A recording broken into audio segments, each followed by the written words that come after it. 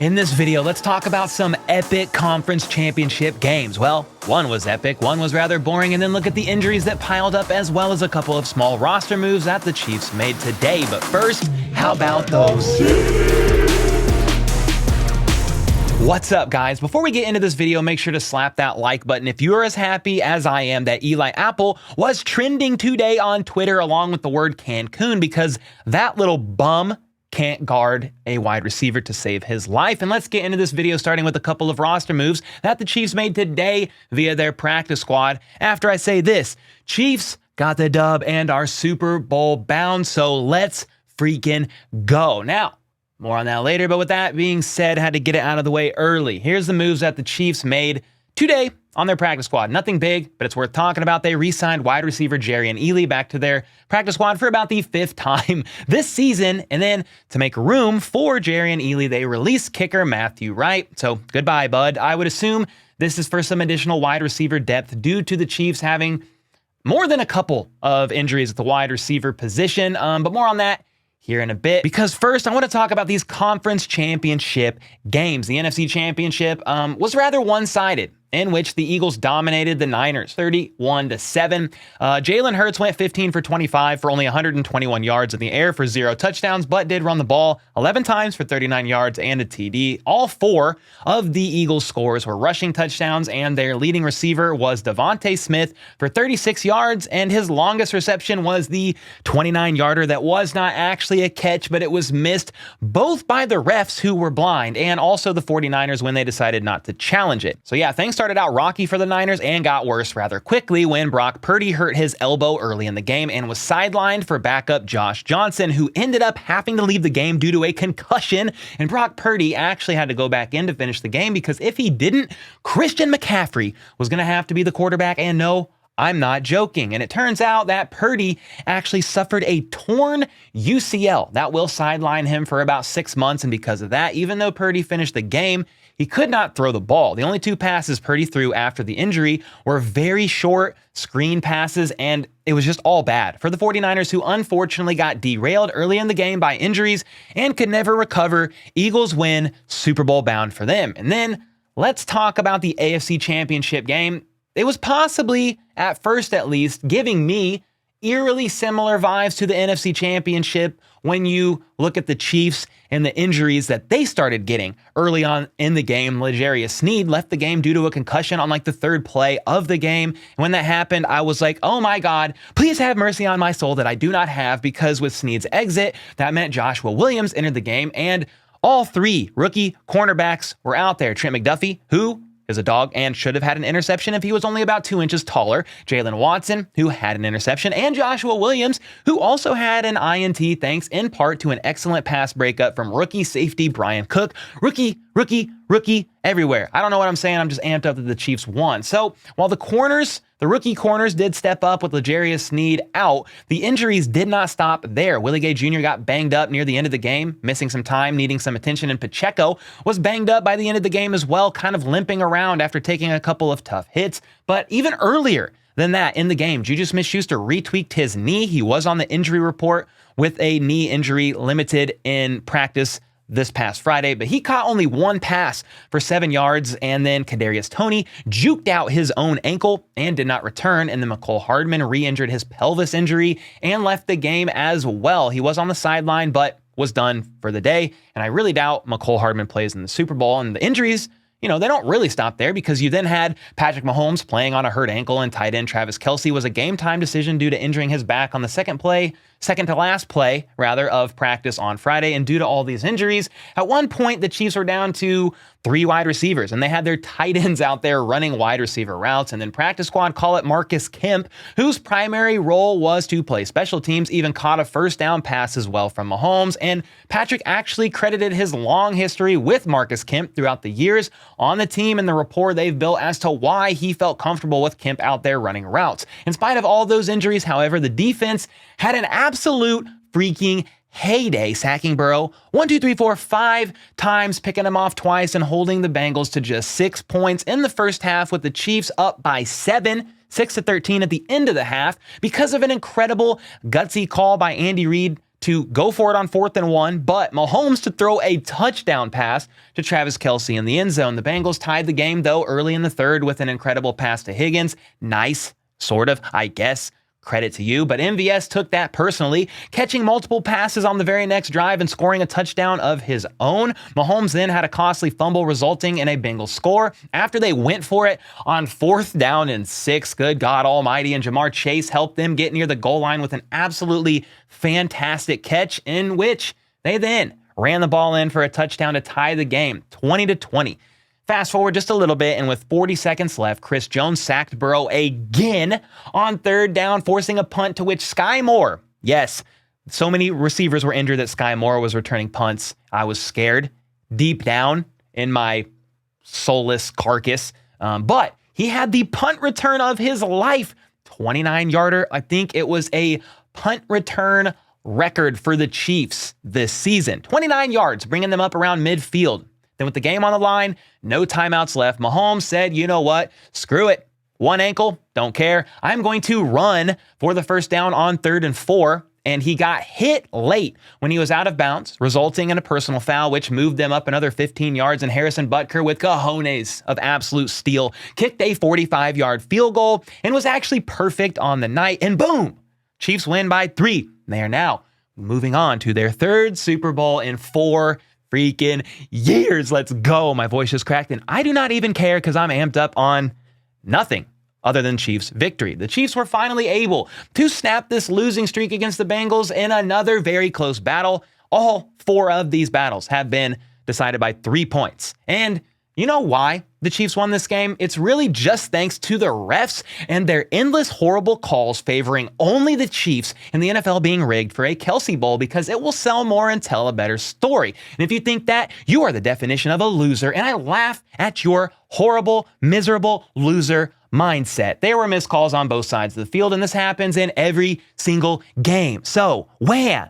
Suck it up, drink a little Badger milk for stronger bones, you frail individuals, and hold this L. I mean, all the talk, man, from the players, the cringy mayor, everyone picking the Bengals to win, Burrowhead, blah, blah, blah, blah, blah. And then they come into Arrowhead with a healthy Joe Burrow, a healthy receiving trio. For the most part, one of them was banged up, but you had all that going for him. A little bit of a banged up O-line, but it's never stopped Joe Burrow and company before. And you have Mahomes on one ankle, backup wide receivers in, L'Jarius Sneed out with the concussion, a rookie secondary, plenty of opportunities for the Bengals to win. They can't get it done. They choke it away. It's a close game, hard fought, much respect to them like always, but somehow it's the refs' fault. Had the Bengals won the game, do you think officiating would have been a problem? How about no? Seriously though, there were some confusing calls to me, but they definitely happened on both sides of the field, both teams, not just on the Chiefs or not just when the Bengals were flagged. Anyway, I digress about all of that. Because from here, I want to look at the run by Patrick Mahomes near the end of the game. On that game-ending run, he reached a top speed of 18.14 miles per hour on the 5-yard scramble, his fastest run speed reached of any play just this postseason. Okay, his previous high was 14.87 miles an hour. So on one good ankle and adrenaline coursing all the way through this man's veins, Mahomes ran almost 4 miles per hour faster on this run than any scramble he had in the Jags game when he had a healthy ankle. Well, he injured his ankle early on. This stat doesn't mean all that much, but I do say that to say this because trainer Bobby Stroop said that his top speed for a playoff game is around 20 miles an hour for his career. So he's only a couple miles per hour off of his top speed scramble ever, and he did it with his feet wrapped and on a hurt ankle. Stroop then said 18.14 miles per hour in a 5-yard curve run is elite acceleration. 18.18 miles per hour straight line average speed is a 4.540. Patrick is fast, not just, quote, one step faster than whoever is chasing him. So yeah, that boy ran like a dog, was chasing, was nipping at his heels, and for that, I am grateful. Another crazy stat I found was this. Patrick Mahomes completed every pass he threw from outside the tackle box on the run, 8+ miles per hour, and when holding the ball for longer than 4 seconds. I mean, how? That sounds impossible given his injured ankle, yet there he was, once again defying the odds, once again showing everybody he is him, once again showing why he is the league MVP, why they have hosted the AFC Championship game 5 years in a row since he has become a starter. I mean, the list goes on and on and on, and I continue to be impressed by the greatest QB in the game. Don't get it twisted, though. It was a team effort last night. to help the Chiefs win this game, including Coach Spags and his excellent game plan against Joe Burrow. I said that the main key of this game is not necessarily going to be Mahomes against the Bengals defense. It's going to be Joe Burrow and company against Spags in the defense and who can out-chess match the other. And Spags put on a freaking masterclass. Here's a few standouts to me in this game, though. MVS,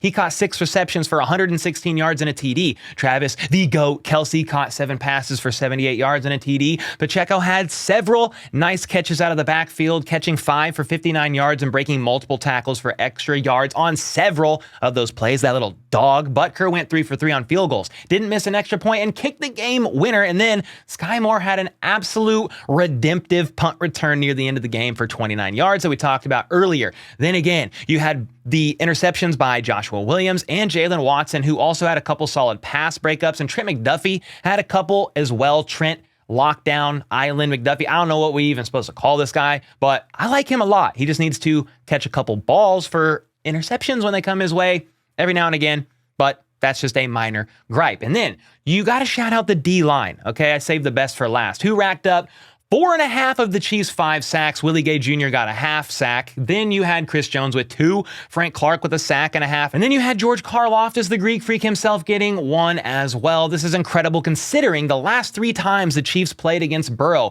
they sacked him 6 times total, okay? They sacked him 6 times in 3 games. Prior to this, last night, 5 times. I like that a whole lot. This victory, however, did not come without its losses. I stated earlier a lot of the injuries, but to recap them again, here they are. Juju Smith-Schuster re-aggravated his knee. Tony hurt his ankle. McCole re-aggravated his pelvis. Snead got a concussion. And none of those guys returned. I mean, these are some freaking playmakers. None of them returned, and it's a question still, as of right now, if any of them are going to play in the Super Bowl. The injury report, sadly, is not going to come out until next week, so we are going to be left wondering and wishing to know what the heck is going on with these guys. Coach Reid did talk about L'Jarius Sneed in his presser today and basically said, going to take it a day at a time. It's a concussion. The protocol has kind of upped just how strict it is and allowing players to come back in a limited fashion. But hopefully Snead should be good to go. I'm glad that they have a bye week. A lot of these guys should be good. I'm going to just give you my thoughts on these 4 players right now. I'm going to assume Mecole Hardman's not going to be back. We'll see about Juju Smith-Schuster. It looked like he was celebrating out on the field after the game, but I saw some reports that I can't officially confirm that said he was struggling after the game to even go up the stairs. Again, I can't verify that with 100%, so we're going to take that with a grain of salt. I'm just saying, if he's struggling going up the stairs, I'm not really sure if he's going to be playing in 2 weeks. We'll just have to wait and see there. Kadarius Toney, he aggravated his ankle, man. He juked his ankle out. Okay, his ankle was not ready for the juke that he gave. We'll definitely have to see. Hopefully, you can just wrap his ankle up, give him a couple weeks of PT with the Chiefs' great medical staff, and Kadarius Toney will be good to go, because with Mecole Hardman basically not going to be good to go, in my opinion. I don't think he's playing. I would really like Kadarius Toney. One thing we do have going for us next game is we should have Justin Watson back, who was sick and ruled out of last night's game. So that's why when Mecole, when Juju, when Toney came out, you were having tight ends run routes. And then you were having Marcus Kemp, the practice squad call-up, who primarily played special teams. He was catching passes, or he caught 1 pass for like 13 yards and running routes as well. We should at least have 1 more back, Justin Watson, and I hope Juju Smith-Schuster's good to go. Please, God. Anyway, on top of those 4 players, there were some others that got banged up as well, and I'll be curious to see what their status is on the injury report next week. You had Willie Gay Jr., who had to get tended to at one point near the end of the game. Pacheco was limping around a little bit after getting tackled, and I'm sure there are more that I'm missing. We won't know the extent of any of these injuries until we see some sort of injury report in the near future. Coach Reid said in his presser today, of course, that he didn't have any details on injuries at the moment, which he pretty much always says in these early week pressers. So we are left in complete suspense, like a cliffhanger. Anyway, what do you guys think about the game? How excited are you that the Chiefs are going back to their 3rd Super Bowl in 4 years? Are you as amped up on Mountain Dew as I am? Are you worried at all? Do you think the bye week prior to the Super Bowl are going to give most of these guys enough time to rest? Let me know your thoughts in the comments down below. And until next time, let's go. Let's freaking go. Super Bowl bound. How about those?